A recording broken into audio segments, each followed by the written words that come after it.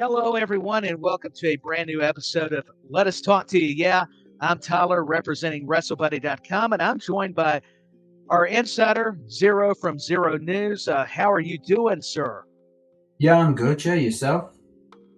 I am doing fantastic. I can't complain. It's always a pleasure to join you and be a part of this tremendous program.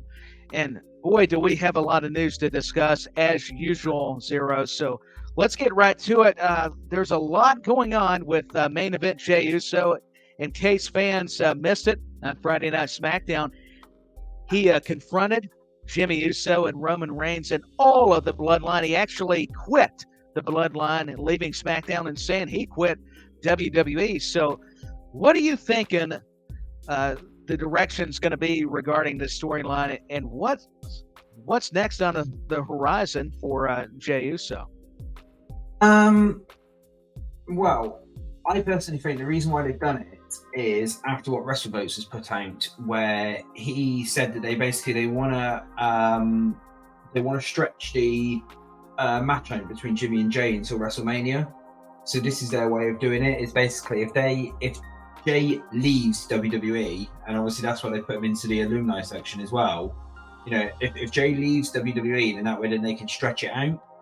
Because I've also noticed as well over the past 24 hours, all the Bloodline members have just started they've all been removed from the advertising and stuff. So basically, what it is, how can I word it? So for example, this week coming up, there's no Bloodline at all. There's 1 week then when it's literally just Solo. There's then another week where it's just Jimmy and that, and they're doing that way, but they're not going to be on every week as such. You're not going to be seeing the Bloodline as much now to try and stretch these storylines out for it. Do you think it gets stagnant? To your point, is that why they're deciding maybe take the Bloodline off? Yeah, it's also as well because I know a lot of the stars have gone up to complain to Triple H they're not getting TV time because Roman and that's taking so much time up. So basically, so I know one of the stars definitely was Sheamus, and when Sheamus goes up and says something, then you know you've got a problem. And it just seems weird now that Sheamus has gone up and said something, and within the space of 2 weeks after Sheamus mentioned something to WWE management, that now all the Bloodline have started, sort of disappearing off the TV now and taking breaks and stuff like that. So, like I said, when you have Sheamus and other ones like that actually commenting and saying stuff, then that's serious. That is basically. Things are getting important for them to speak up to. Like you were saying.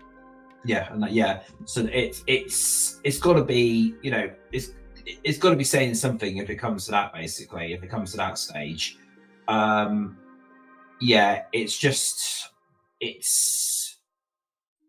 think the only main reason why they've done it is because the stars have spoke up for one, and then secondly, it's because they've all gone ahead and. A lot of people have basically come out and said, well, we want the TV time and stuff, and I know a lot of creative in WWE now want Jey versus Jimmy at WrestleMania. They don't think it's a payback feud. They turn around and say, why waste that match on payback? They can build it all the way through to WrestleMania now, where they can have this feud in that for it, and then sorted. And then WrestleMania, that's the payoff for it, as it is. Make people miss it, kind of like because you equate it to a special attraction in a sense when you're referencing the Bloodline. Am I off base or? Yeah, kind of. It's So obviously, where people are obviously off TV and stuff, where Roman and that will be off to TV, and where Jimmy and Jey will be off to TV. If they have other things in the meantime, so say Jimmy goes off and faces, I don't know, somebody random in that, and just a load of random feuds. Then when Jey comes back, it's going to mean something. It's going to mean more than just having that random here's the feud, here's Jimmy versus Jey at Payback, bang. It's not one of the big pay-per-views. This is literally just a filler pay-per-view, and that. So it's. So why waste an opportunity to keep building such a, monumental program when you could save it for either a WrestleMania, maybe a Royal Rumble before. So that's why they're so that's why they've stretched it out basically. That's why they're taking. I follow you. Basically. Yeah. So yeah. Yeah, and speaking of Sheamus, this brings up a nice transition. We know that Edge will be facing Sheamus as WWE celebrates 25 years of the Rated R Superstar and Hall of Famer.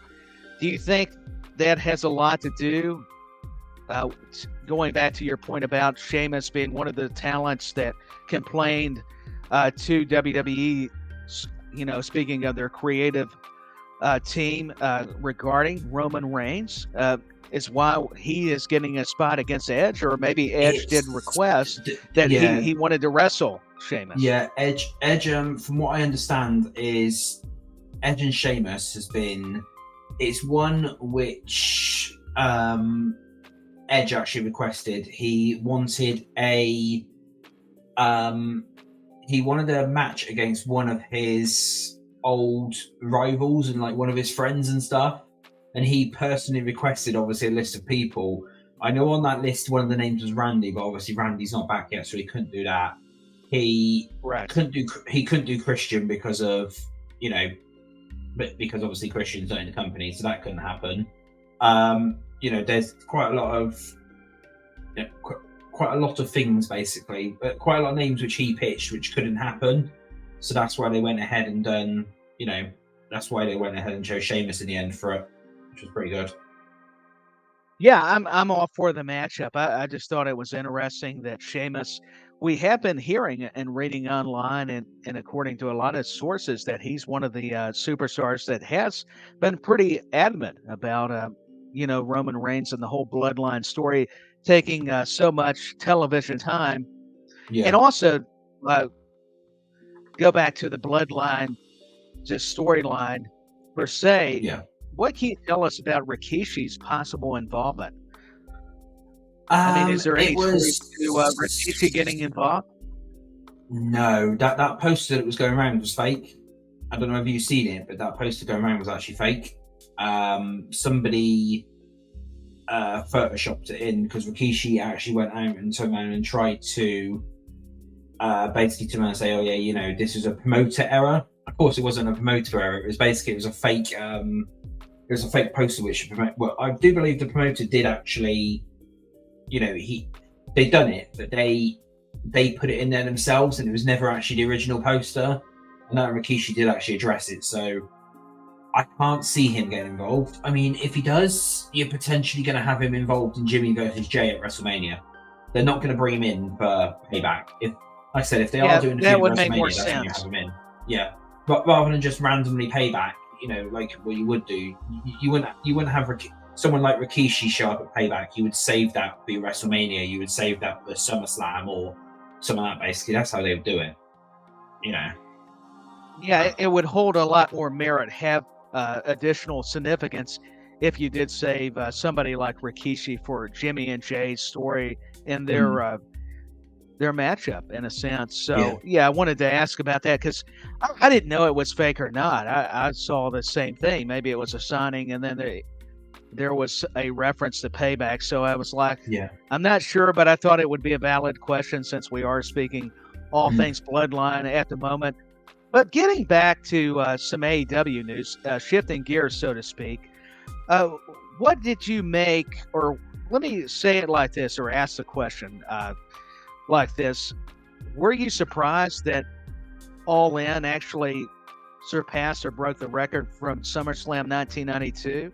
I think the number was that SummerSlam 1992 had, it was All In had the number of 79,346 to SummerSlam 1992 having 79,127. Were you at all surprised that this happened? The ticket sales were so successful for a younger promotion in comparison to an experienced juggernaut like the WWE. It's I don't know whether those numbers are actually true. I think a lot of it could be.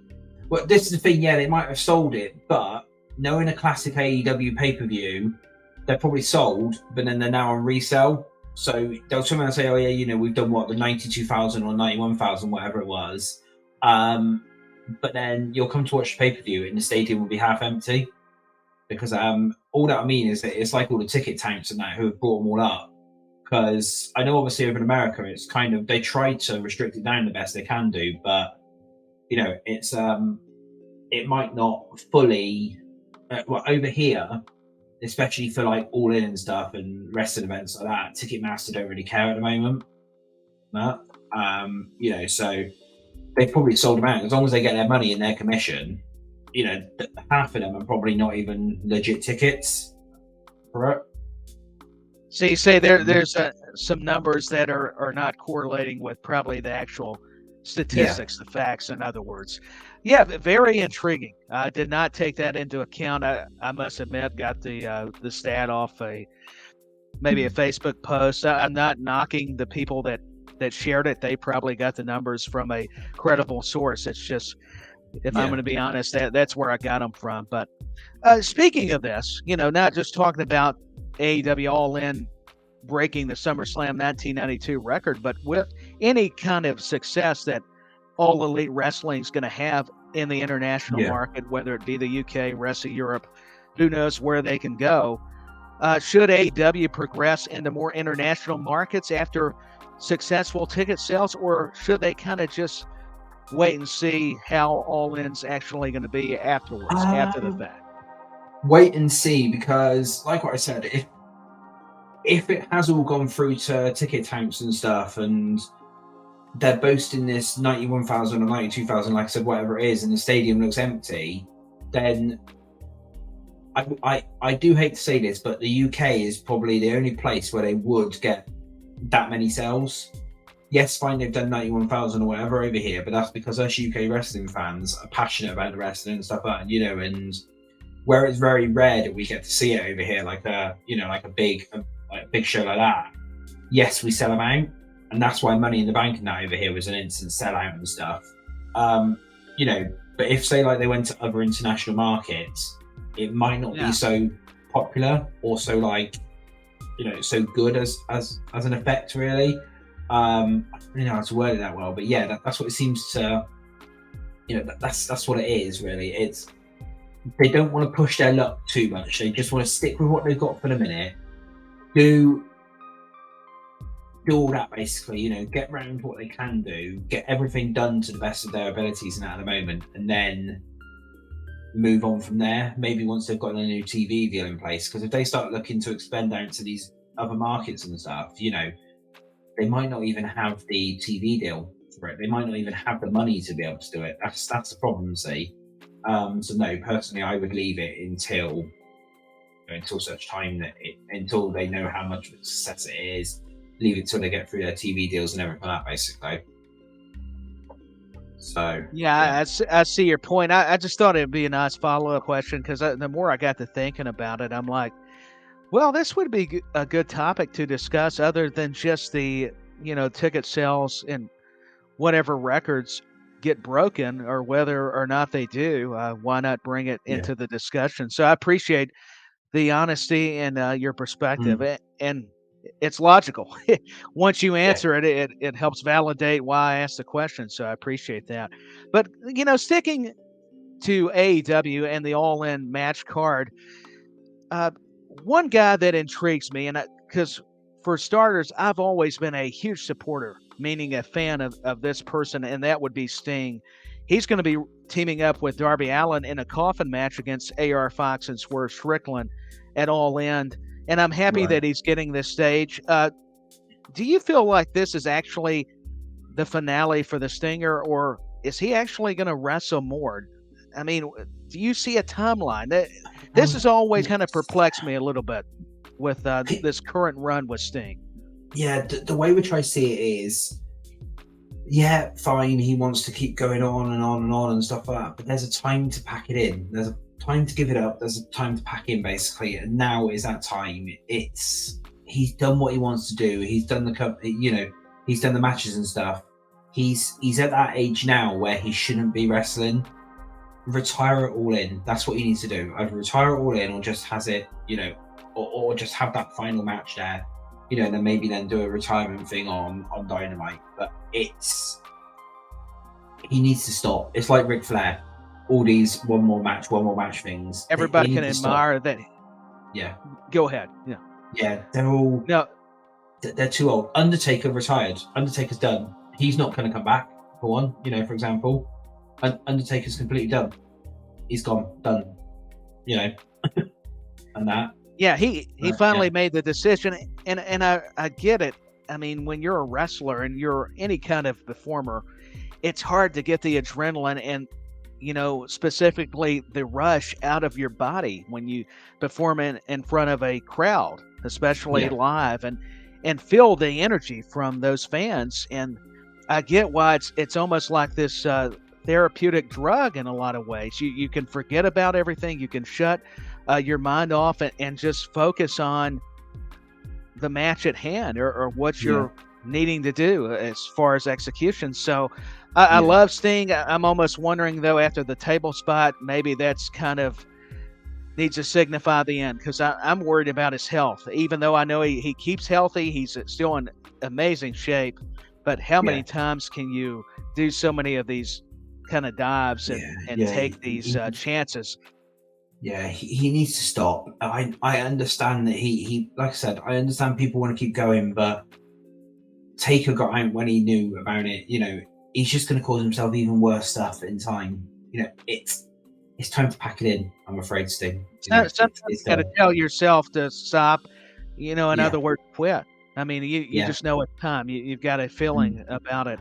So, it's hard to disagree, but I had to bring it up because that seems to be a big headline. Is this it for Sting? It's another question within a question.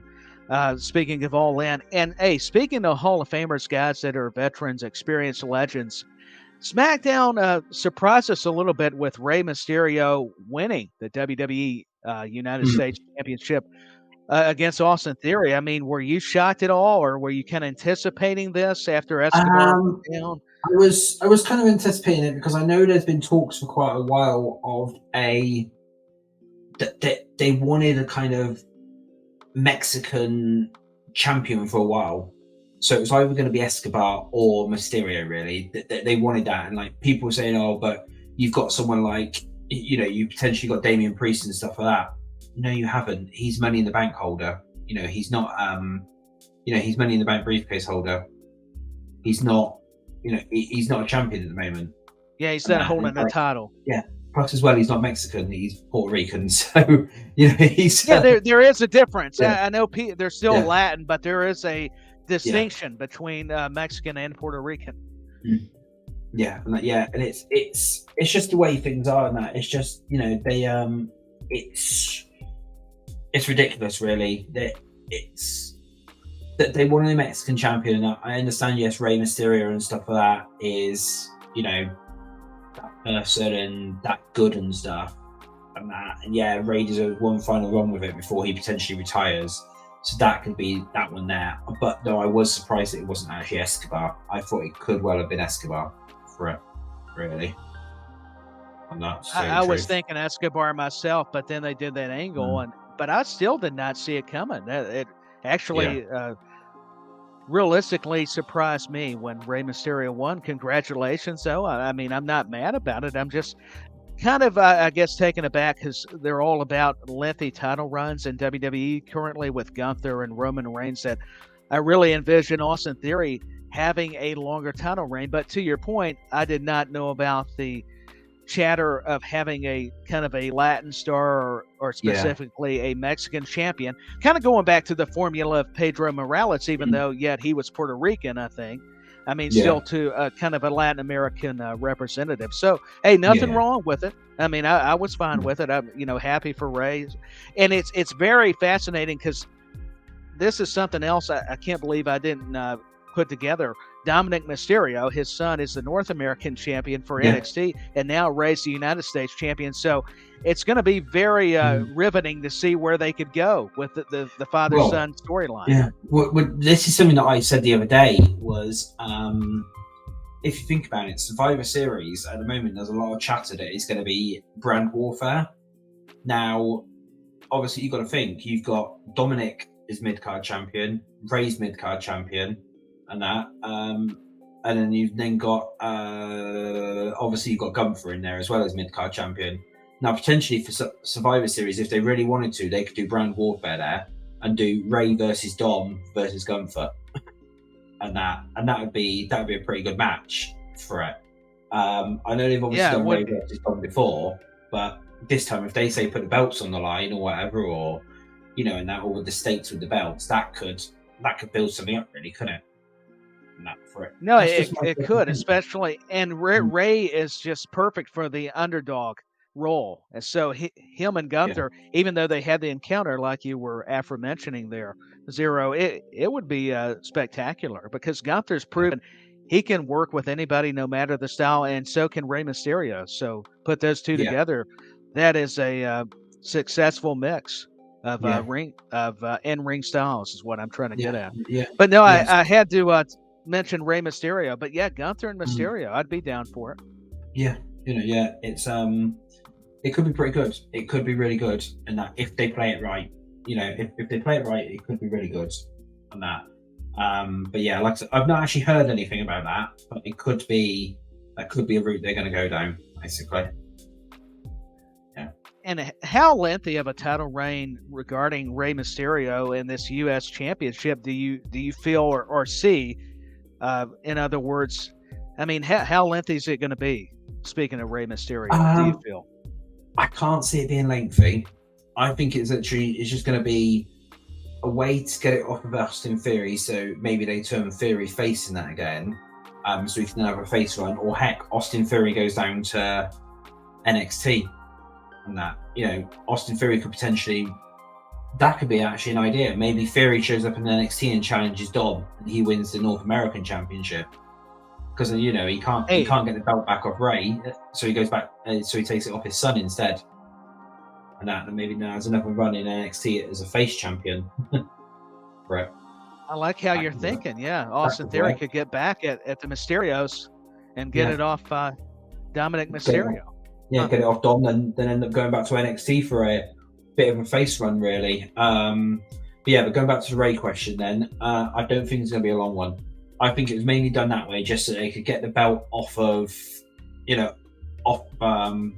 Theory. Austin Theory. And that, off of Austin Theory. Ray holds it for a little bit, and then, maybe a month or two. And then potentially, I don't know, someone, maybe LA Knight takes it. Maybe LA Knight seems logical. Very popular. If you think about it as well, that will elevate up LA Knight as well, because then if Knight then beats someone like Rey Mysterio, that's much better than Knight beating someone like Austin Theory, really, for it. Because then he can then turn around and say, no offense, but LA Knight, it's just on a trajectory that is just second to none right now. I mean, not only based off crowd reactions, but his work in the ring, his full presentation. I mean, with his promos.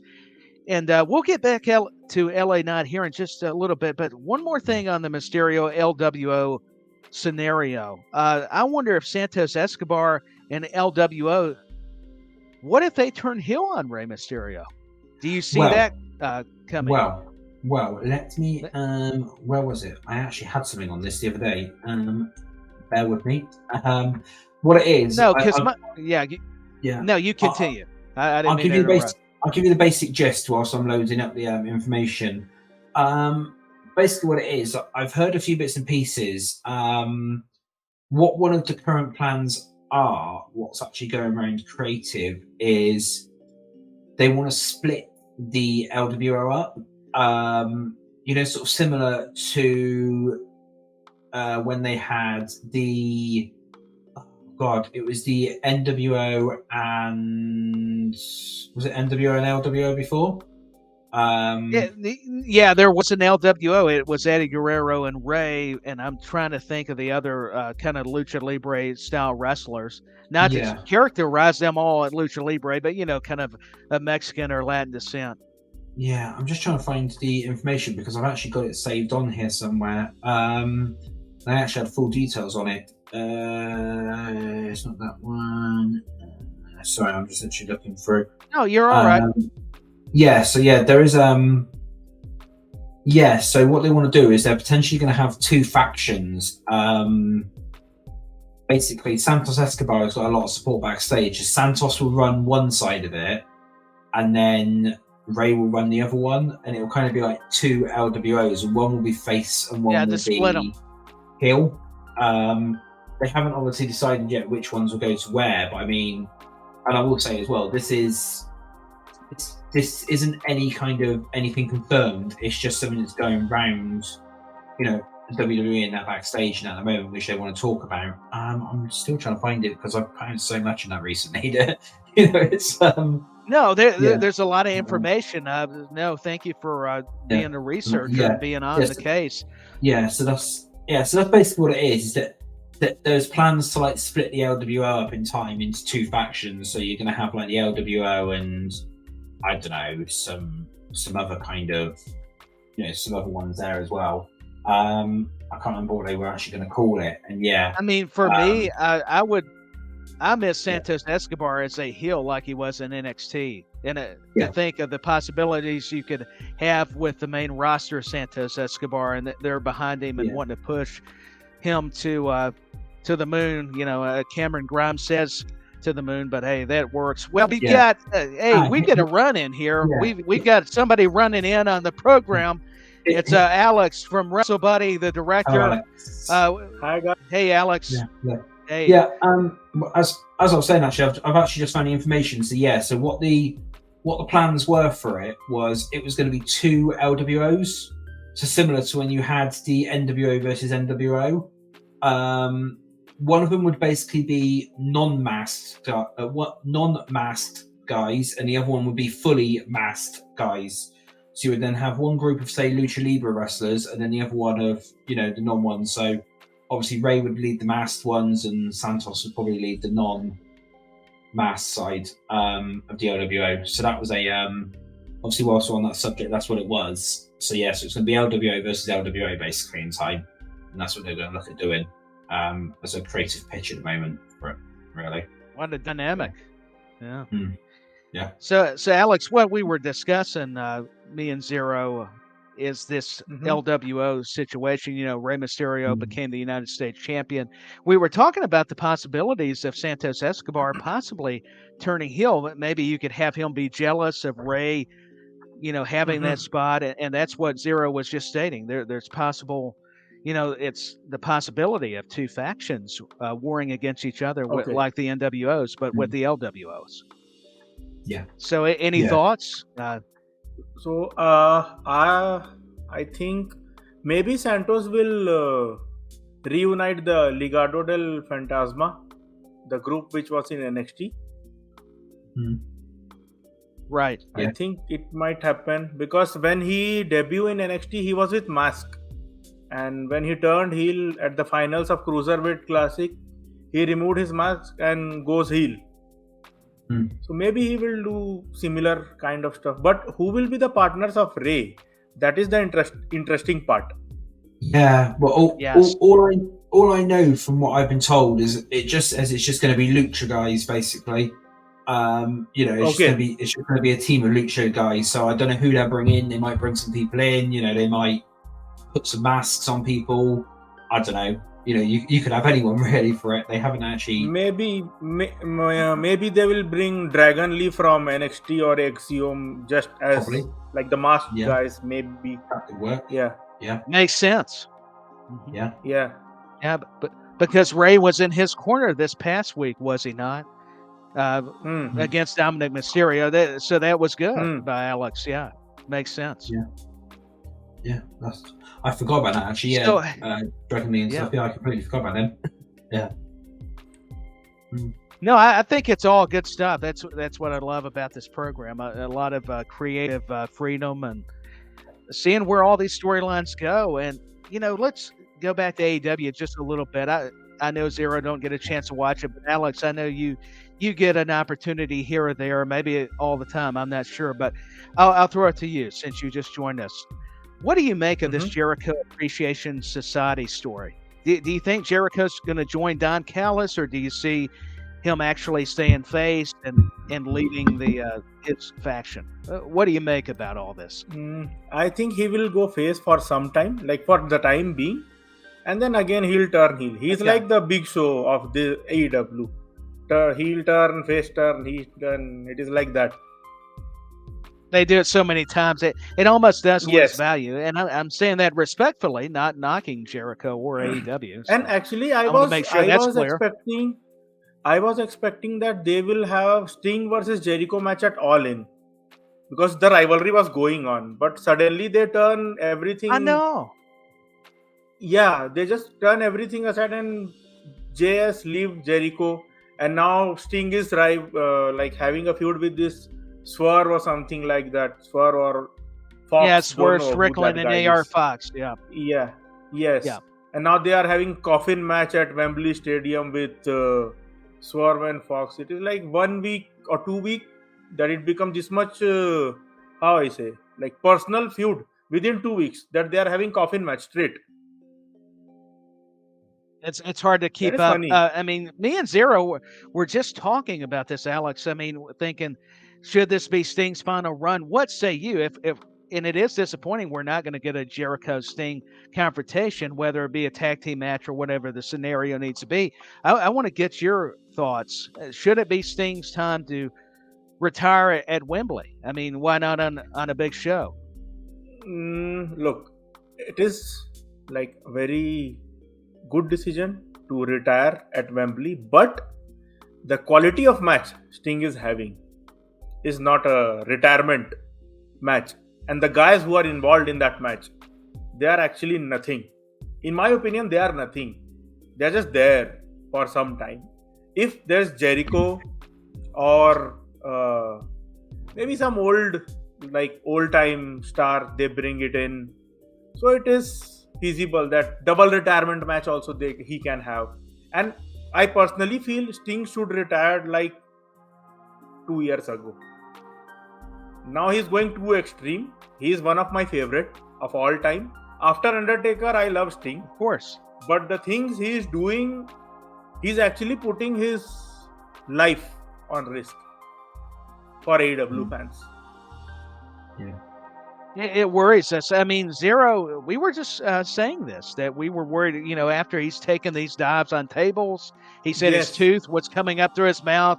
I mean, I like Darby. I like that he's a risk taker, but I do worry about Sting's safety, especially after what happened with Seth Rollins. And it's not a knock on Seth. Sting thought he could take it, but go ahead, Alex. Tyler, I have one theory. Okay. That I think Revolution is their biggest pay-per-view. I think so. In like their WrestleMania, I can say. It may be. Yeah, all the big matches happen in Revolution.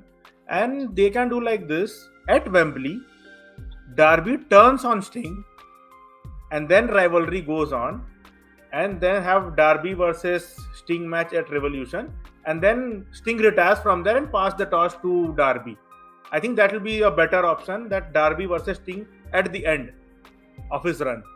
Like the last feud. Yeah, I think that makes it makes sense. It's logical. Xero, what do you think? Would you like to see the scenario Alex laid out where it would be Sting versus a heel Darby Allin? Yeah, I mean that could potentially be a good end feud, and that for him, to be his final one. But I mean, like what I said earlier, I think he should have retired by now. He shouldn't even still be wrestling. He should be done. Yeah. Really. He's done everything he needs to do. He's got nothing else that he needs to prove. He just needs to stop. Really. Yes. He just needs to stop. He just needs to go, because I hate to say it, but he's gonna end up killing himself in that ring if he doesn't stop. Yes. It's getting to that level now where he's just going to keep going, basically, and he's not going to learn, he's not going to listen, and something bad is going to happen to him at some point if he does not stop soon. Right. I do worry for him, and And here's something else too. I think we could add to the discussion about Sting, and then we'll move on. But I think Sting did feel underwhelmed. It was nobody's fault. I'm not blaming WWE. I'm not blaming Sting. But what happened between he and Seth Rollins was, and I mean, hey, give him credit. He finished the match. That had to be hard to do, but it's kind of that old school mentality, like Undertaker's, to finish it. But I think that's a lot of it. I think Tony Khan and a lot of people that he had associations with in WCW also reached out and kind of talked him into coming back. And then at first, I was like, okay, cool. We got Sting. You know, when he came out, this was back in the pandemic. There was no fans, and I believe Cody was still there. I mean, for moments it was nice, and even at the beginning, but it's like now we're kind of drawing this out, even though they're not doing it too much. It's not even that they're overexposing Sting. Pardon me. It's just like, when is it time? To your guys' point, I think he's got to finally hang it up. So I hope it's either now or maybe it takes a Darby Allin match.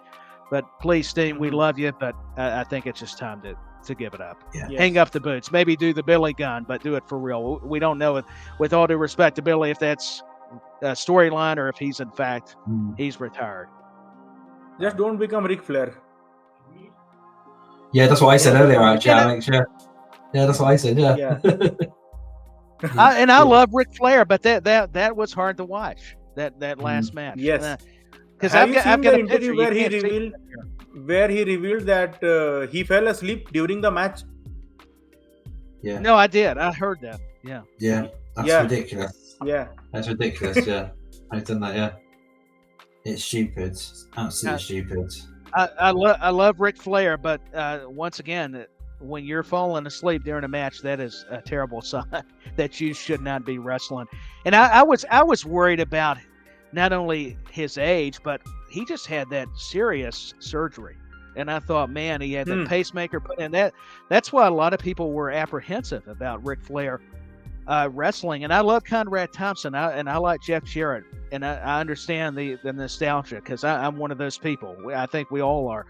But when is enough? It's just like, man, it's just, have you seen the match, make an Tyler? appearance, but don't be in a match.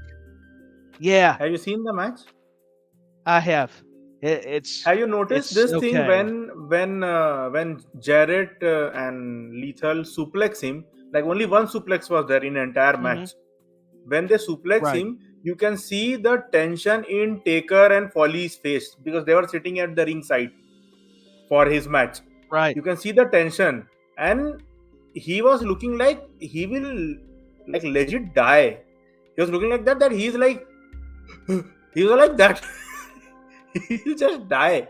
Yeah, there was some worry. I mean, yes. Yeah, I think that's how a lot of fans felt. Xero, I mean, to Alex's point, you saw, the look of worry on the faces of Mick Foley, Undertaker, Bret Hart, all the legends that were sitting at ringside.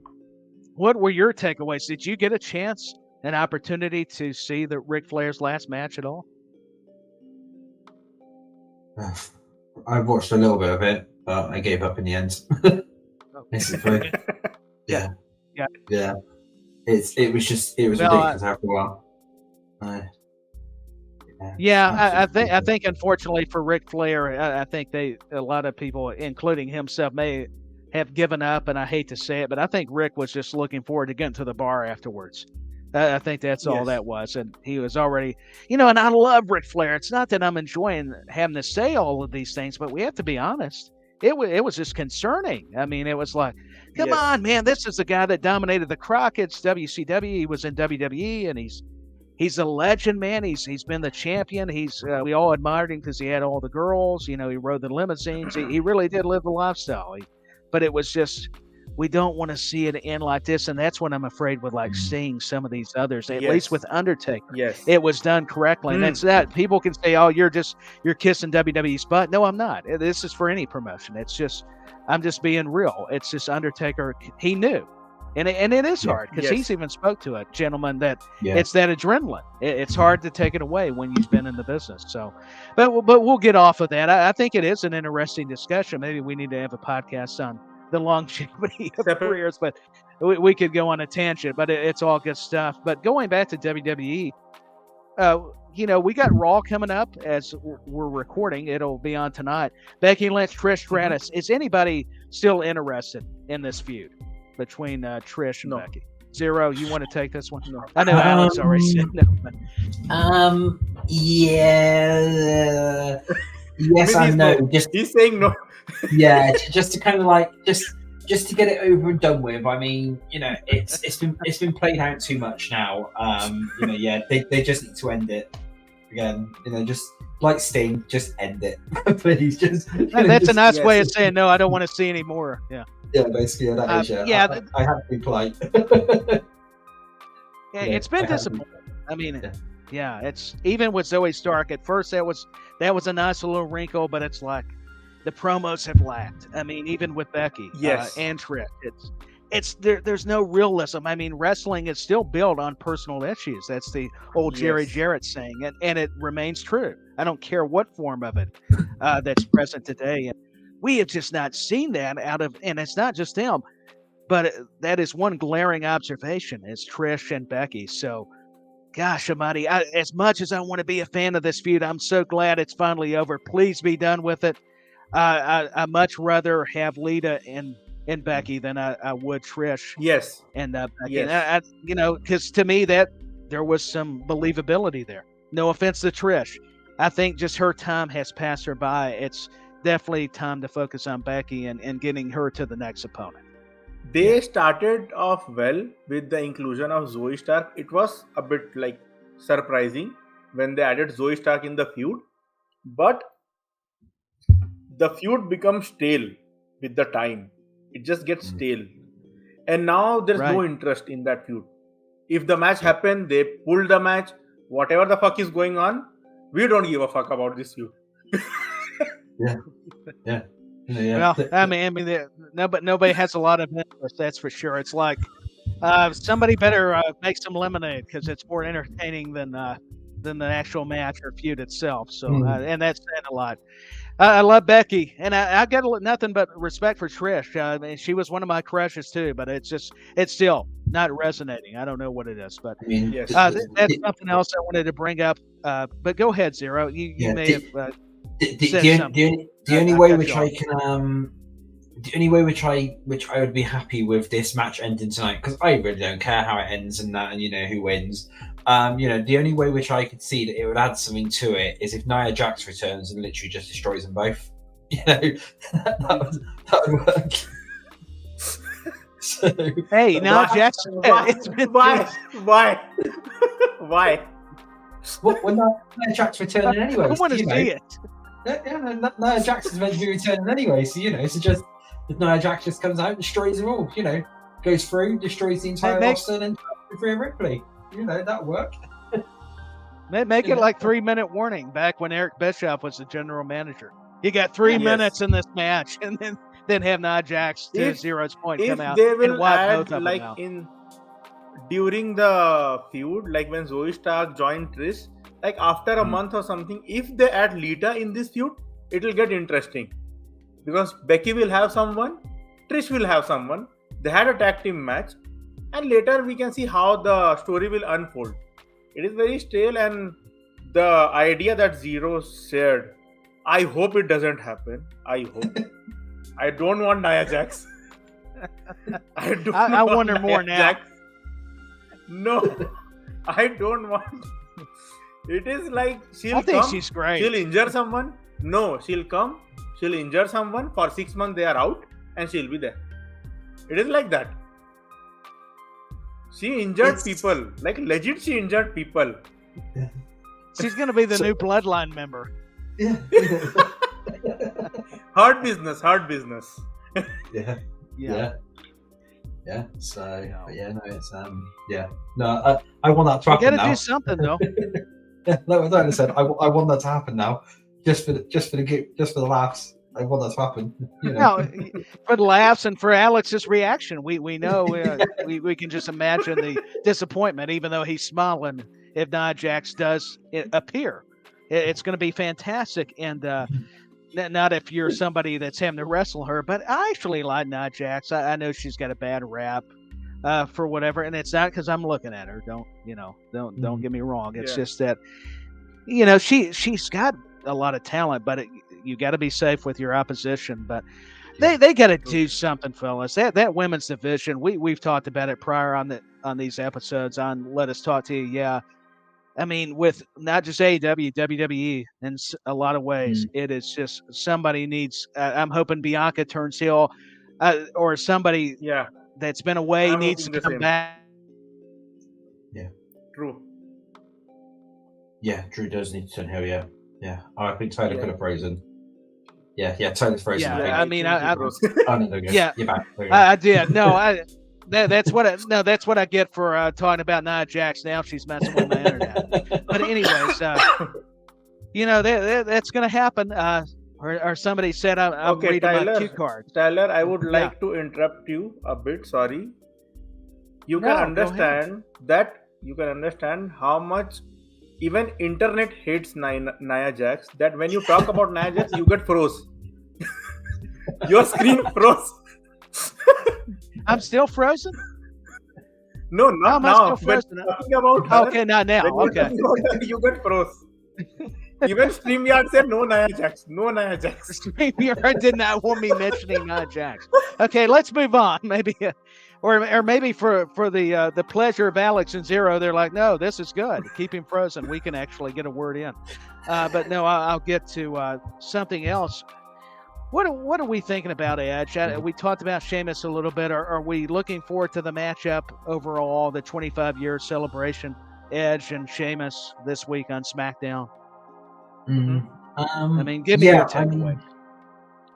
Personally, on my side, I don't know what to feel about it because there's some rumors going around that it's Edge's retirement match. I don't know if you've seen that, but yeah, it's let me just find it because it's actually come down today. Edge has gone through and told his trainer or something. Let me find it. I've actually just posted it myself. I posted it earlier on. Edge has told his trainer, Ron Hutchinson, that he wanted to go out in Toronto. And he was definitely retiring this year in Toronto. There isn't going to be another Toronto show this year.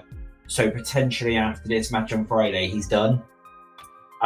Nothing's been 100% confirmed on that, and I haven't personally heard that, but there's a lot of places going around. Like you've got Wrestling News Co saying it. You've got a lot of others as well that are basically retweeting what Edge's trainers actually personally come out and said. Because it's not even that it's third hand or whatever. It's actually Edge's trainer has come out and turned around and said this could potentially be Edge's last one on Friday for it, and that there was something behind it. Apparently, Edge had in his head for some reason that he believed that SummerSlam was going to be in Toronto, and that's where he wanted to go out. But obviously, where it wasn't now, and they've got SmackDown Toronto, it could potentially just be that. So I mean, if it is Edge's last match, then they're going to make that really good, and it's going to be, it's going to be a match for the ages. But obviously, if it's not Edge's last match, then it's I don't really see any meaning behind it really, for it personally. This random feud in this random match for it.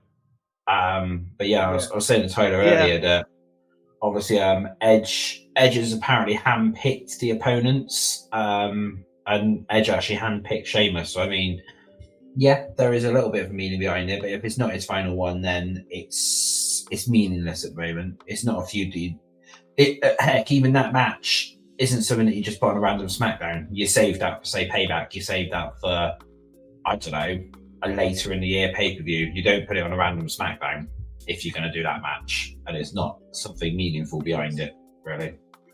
No, but I hope it's not his final match. Yeah, I'm in agreement with you, Alex. Sir, do you want it to be a retirement match, or do you feel that deserves to be on a bigger stage, maybe a premium live event, if you're going to have Edge's last match? I heard that. I think after 1 year he's going to retire. Not this year.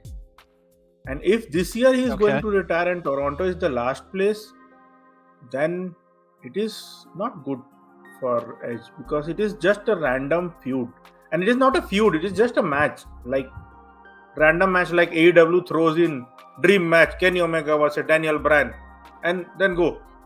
After that week, nobody gives what is going on. This for Edge last match, I think there should be and I think one title run he need, like before retiring. He need one world title run because when he retired like 9 years, 10 years ago, that time he was champion. He relinquishes the title. So I personally feel that he should have the title, like he wins the title and then he retires. That I think it like deserves the a perfect story. ending. Yes. I mean, any more thoughts? Because I think there's something else too. I'm glad Alex joined us when he did because we were talking about Raw earlier too. But hey, what about the promo between Miz and LA Knight? This has got me excited because that promo had a lot of believability, credibility with the parallels of both their careers. I mean, Xero, I'll go to you first, then go to Alex.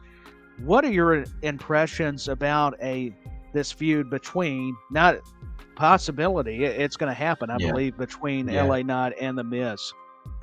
Well, Knight's there tonight. He's on Raw tonight. Obviously, at time of recording, it's Monday, so I'll say that. So Knight is on Raw this week, to continue on with this feud. This is going to be good for LA Knight because going up against someone as big as The Miz, that's going to really sort of elevate him up that much. Because I mean, if you mention to somebody, The Miz, WWE, a lot of people, even who don't watch WWE, regularly, know who The Miz is. So if you've then got somebody such as LA Knight in that, who they're trying to give a push to, having a feud with somebody of that caliber, that's going to push it. That's going to elevate him up big time for it. So it's going to work wonders for his career. And this is going to be the start of good things for him. Maybe this. Maybe now he gets. I was saying earlier to Tyler, maybe now he gets this Miz feud now to start him off with, and then he's the one that takes the title off of Rey Mysterio. Because then again, having LA Knight take the title off someone such as Rey Mysterio, he beat a Hall of Famer, he beat a WWE legends. He can then say that that would elevate your career up as well, and that. Correct. Or heck, where LA Knight's on Raw now, have him beat Gunther. Have him end Gunther's dominant reign. That could work. Right. It's I like LA Knight. Yeah. I don't know if I like him that much though. No, I mean with respect. Yeah, I mean they've got to give him the push somehow in that, and that was just some ideas that I was just throwing out there. If he beats someone such as Rey Mysterio, such as Gunther and stuff like that, that's really going to elevate him up. And that no matter what else they do, that's your push. That's the start of it. That's the start of your Roman level, as I would say. That's the start of God mode for LA Knight. For it. Yes. Yeah. Yeah, we're seeing it, Alex. My take in the future. Yeah. What's your take on the LA Knight Miz interaction? So this feud, I was not expecting that this feud will start, and the promo battle which happened last week. I love LA Knight, like I literally love that guy, but in that promo, Miz owned LA Knight. Miz did a fantastic job in that promo. He completely overshadowed LA Knight in that promo battle. And I hope that if they are starting a feud, so this feud should go on like a bit longer, not like within a month it is over. No, at least like a trilogy kind of thing, ending with some sort of stipulation and ending at Survivor Series or Crown Jewel. Not in a random episode of Raw. No. They should give this rivalry spotlight.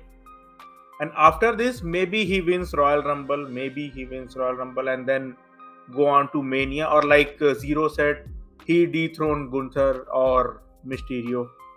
So it is a definitely it is a push for LA Knight. But I personally feel that Miz, no, I wanted someone a bit bigger than the Miz. That LA Knight should feud, not the Miz. And maybe it should be Gunther. To Zero's point, I'm just such a big Gunther mark that I was kind of teasing, but in a way I was like, oh man, I love the long title reign with the Intercontinental title, but it would just launch LA Knight even farther. So I can see where you're coming from, and I didn't mean to cut off Zero. I apologize. I thought he was finished there earlier, and I get excited. So Zero, forgive me.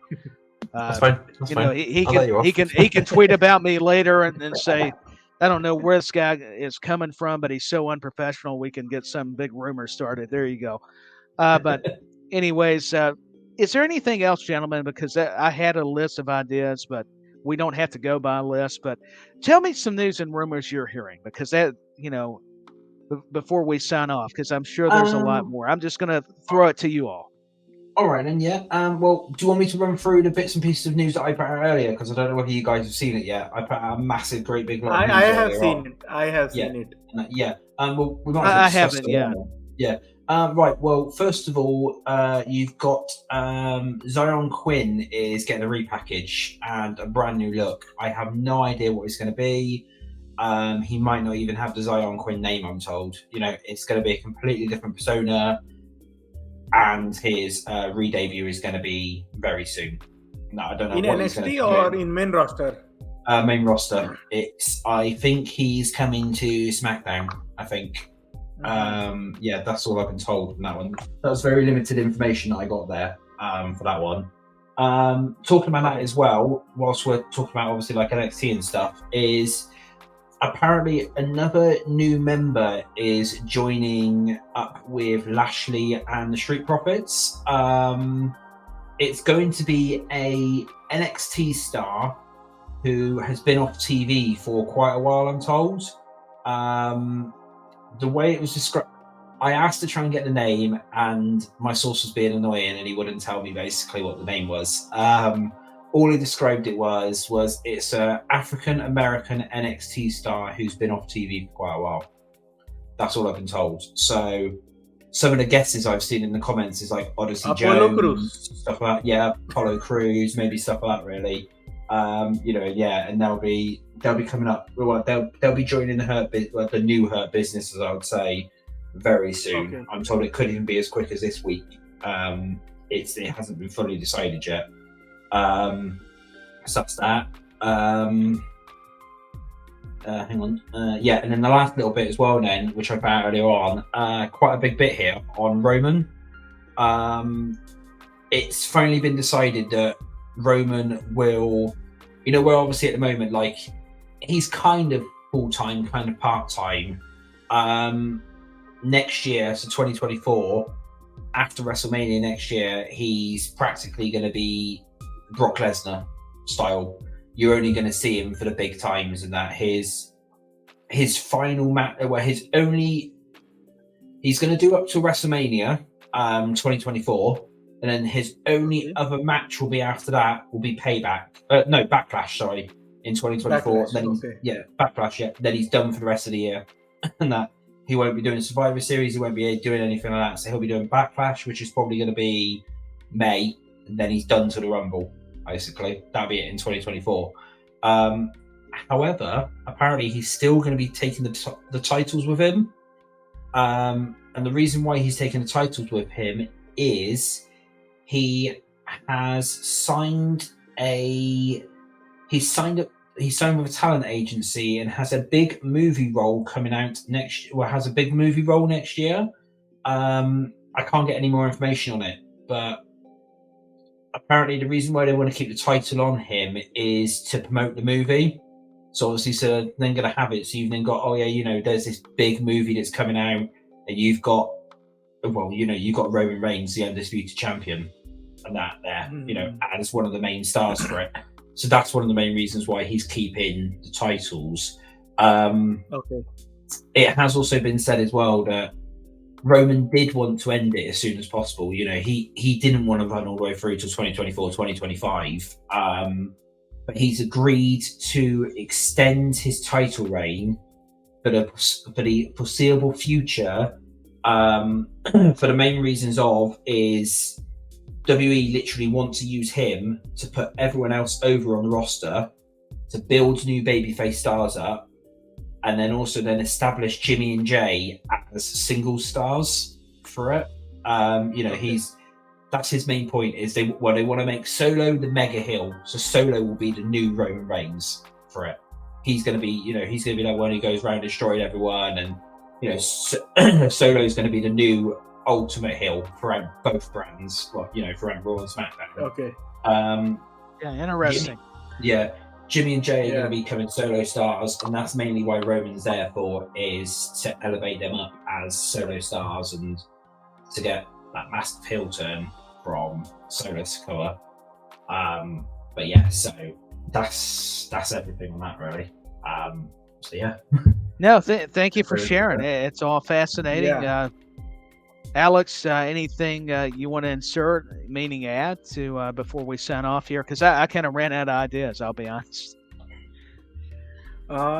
With some news that Xero shared, I just want to ask one thing, that if Roman is going after Backlash with the titles, till like Rumble or something like that, so SmackDown will be without titles, means there will be no tournament or something like that for the title. They're more than likely going to elevate up the US Championship, or by that point, obviously, if there's another draft again, it could be the Intercontinental Championship will become the top one. I know a couple of months back there were some murmurs about bringing the North American Championship actually fully to main roster, and having that on the brand that Roman's on as well. So maybe Don drops it to somebody, and whoever holds that belt comes on to SmackDown as well. So like this North American champion will be like the mid-card title, and US will be the top title or Intercontinental if Roman is not there. Basically, so that's how they do it. So the one with the history, which would obviously be either Intercontinental or the US, would basically obviously it would never come out of mid card, but it'd be upper mid card. So you'll then have all the big stars in that fighting for it. So so you have your Lashley in that again, and they might even put the belt on Brock Lesnar just to elevate it up. Just to give it that sort of main thing. Just imagine a Brock Lesnar as Universal Champion, as a US champion or whatever, or Intercontinental champion. Just to push that belt up that little bit.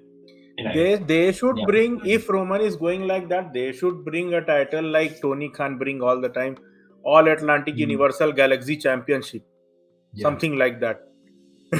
Or an interim champion. If Roman's going to say that, interim WWE champion or whatever. Interim WWE champion they can bring. You know what they'll end up doing? Yeah, they could do it. They'll put it on Solo. Yes, that's what they'll end up doing. They'll put it on Solo, so it's still on a online member. Because when Punk left in 2011, that time they did this thing with new title, interim title tournament, something like that. Yeah, because Triple H does like to redo the past. So that could be how you get to the Roman Solo feud. They put the title on Solo. Solo goes around saying he is actual ultimate Universal champion, Universal champion or undisputed champion. Roman comes back to WrestleMania in WrestleMania 41, and that challenges Solo versus Roman, winner take all. Solo dethrones Roman, and that awesome that, and then takes it off that one. That can be the way you do it. Personally. What you're saying too, because they're kind of building to it. If you watch SummerSlam and even before that, maybe Solo and Roman feuding eventually. That's something which I could see them doing. Is potentially putting an interim belt on Solo Sikoa whilst Roman's out, and and then lead into that feud, and that's how they do it. And that's then how they make Solo that ultimate mega heel, because he literally refuses to hand over the belt to Roman. Roman has a babyface run leading into WrestleMania 41. Then they have that feud, and that's where it's all over. And then that's the end of the Tribal Chief. They could do it that way. So it'll be a perfect ending, like the end of the bloodline, like completely, like perfect circle, you can say. Yeah. So, but yeah, that's how they could do it, because everyone wants it to be Cody, but it's going to be a member of the Bloodline. It's either going to be Jay, Jimmy, or Solo. That's the bottom line of it. Yeah. The Bloodline's the biggest thing going at the moment, and they're not going to. If whoever beats Roman is going to be the next big thing, and Cody's already that main event star. He doesn't need to beat Roman to be able to do it. It has to be, it has to be Jay, has to be Jimmy, or has to be someone like Solo, or heck, even LA Knight. Someone like LA Knight. You beat Roman, you're instantly the next star of the company. That's the bottom line of it, So yeah, that's the way it's got to be, really. In my eyes. Yeah, that's how it'll elevate a lot of your newer stars, because, like you said, Cody's he's there. He doesn't actually need it. So yeah, a very very interesting conversation. Well, I think that'll conclude this episode. I'll see if Alex has any closing thoughts, and Xero, feel free to chime in before we sign off. I'm good. Good stuff. Good. Okay. Well, I'll tell you this. I know what we should do before we sign off. Xero, tell everybody where they can find you. Speaking of Xero News on the internet. Yeah, I'm on Twitter, or X, as it's known now, x.com. At News Xero. Also through our website, which is zeronews.co.uk. Basically, that's where you can find me now. Right. Oh, thank you, sir. And check him out. I mean, Xero News, the whole team over there do a fantastic job. Alex, any last words? Of course, we got to plug WrestleBuddy. Where can people find WrestleBuddy.com? In internet. Well, that too, but I'm talking streaming platforms. Of course, the internet.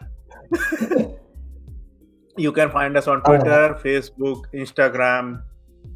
We have a site. You can go and check out all the news we have updated. So follow us, subscribe, please. Subscribe.